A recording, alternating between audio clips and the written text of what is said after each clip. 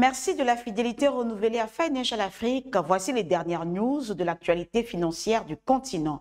Au Sénégal, le pays a procédé le mercredi 2 juin 2021 à la fixation du prix d'une nouvelle émission Eurobond portant sur 775 millions d'euros, soit 508 milliards de francs CFA, avec un taux d'intérêt fixe de 5,375% sur une maturité finale de 16 ans.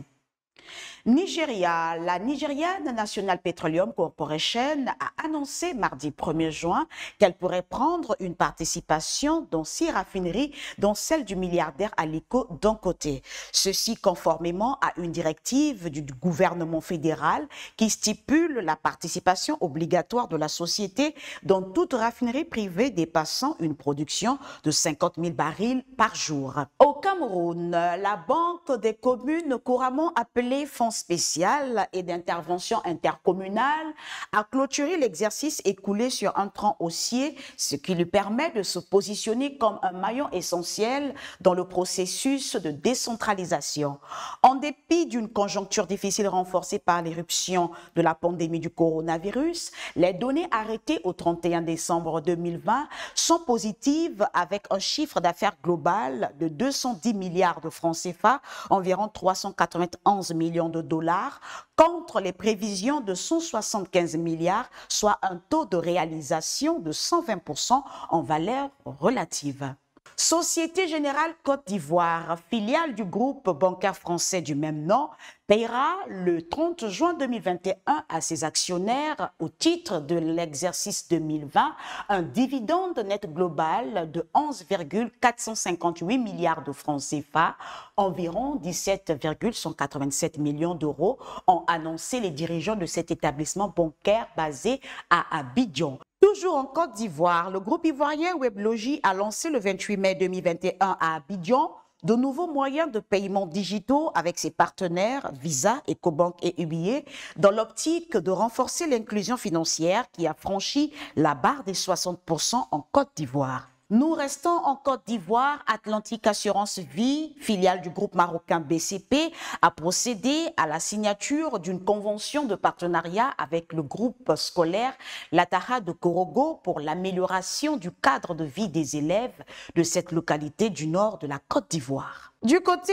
de l'Afrique du Sud, ETA Capital, la gestion de fonds d'investissement ETA Capital a acquis une participation de 33,3% dans le capital de la société sud-africaine Acris Sortis Technologies Ltd, spécialisée des ressources en matières premières et de la technologie, litant mercredi 2 juin sur le site de la société. Après l'Afrique du Sud, en République démocratique du Congo, le coordonnateur du projet d'appui au développement des micro, petites et moyennes entreprises, Alexis Mangala, et le directeur général adjoint d'Equity BCDC, Jean-Claude Chipama, ont signé le 1er juin 2021 à Kinshasa un accord qui prévoit une subvention à 750 projets de jeunes entrepreneurs de petites et moyennes entreprises, lauréats du concours des plans d'affaires. Du côté de BVMAC, un nouvel échéancier a été arrêté par le conseil d'administration pour la désignation d'un nouveau directeur général à la Bourse des valeurs mobilières de l'Afrique centrale.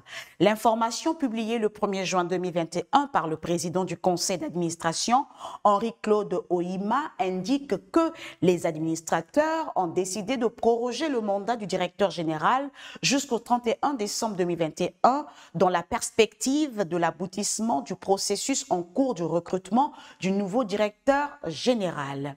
Toujours au sein des institutions africaines, pugilat et chaos au Parlement panafricain. L'élection du président et des 4 vice-présidents du Parlement panafricain a été suspendue mardi 1er juin à Middelland, en Afrique du Sud. Le vote devant désigner le successeur du Camerounais Roger Kondondong, qui a effectué 2 mandats de 3 ans depuis 2015, a été interrompu suite à un clash entre députés de l'Afrique australe et de l'Afrique de l'Ouest, les premiers reprochant au second d'avoir toujours occupé la présidence de l'institution. L'Afrique, le Covid-19 et le risque croissant de produits médicaux falsifiés et de qualité inférieure. Imaginez un enfant malade dans un pays africain en développement, souffrant d'une maladie potentiellement mortelle et dont les parents sont désespérés. La famille se voit proposer des médicaments à un prix qu'elle peut se permettre, mais à son insu, cette offre émane de trafiquants de faux médicaments sans scrupules. La famille se sépare du peu d'argent qu'elle possède. Elle administre de bonne foi un médicament qui, dans le meilleur des cas, n'aura aucun effet et, dans le pire des cas, nuira à l'enfant en ne le traitant pas la maladie. Une analyse à suivre sur Financial Afrique. Nous allons à présent au Gabon. Initialement prévu le 21 juin à Kigali, le sommet du Commonwealth a été reporté à une date ultérieure en raison de la pandémie de Covid-19, mais le principe de l'adhésion du Gabon à cette organisation reste plus que jamais d'actualité. Aux côtés du Mozambique et du Rwanda, le pays symbole de la France-Afrique durant des décennies sera le troisième membre non francophone à siéger au sein de l'organisation créée en 1949. Le dossier a été finalisé mi-mai lors d'un séjour du président gabonais à Londres où il s'est entretenu avec la secrétaire générale, la baronne Patricia Scotland. Bolloré. Les collaborateurs de Bolloré Transport et Logistique Cameroun, avec le soutien de leur direction générale, ont offert le vendredi 28 mai 2021 des tables-bancs, du matériel didactique et ont également réhabilité les plafonds des salles de classe de l'école publique de Koussam, localité située près de Fumban, dans la région de l'Ouest. Les travaux de rénovation réalisés vont permettre aux élèves de suivre leur scolarité dans un cadre sécurisé et confortable. Pour finir avec l'agenda, la 5e édition des conférences risque pays de l'agence de notation Bloomfield Investment se tient ce 3 juin 2021 à Abidjan. Crédasure Connect, forum sur l'inclusion financière et professionnelle destiné aux PME, aux startups et aux entrepreneurs se tient du 2 au 5 juillet à Lubumbashi en République démocratique du Congo. Le 28e sommet officiel Afrique-France se tiendra du 8 au 10 juillet 2021 à Montpellier. Pour finir, la 4e édition du Forum international des investissements au Bénin va se tenir du 26 au 27 août 2021 en présentiel sous le thème Bénin, terre de vos projets. Voilà, c'est tout pour l'actualité financière du continent de ce 3 juin. Excellente lecture à tous et à toutes sur financialafrique.com.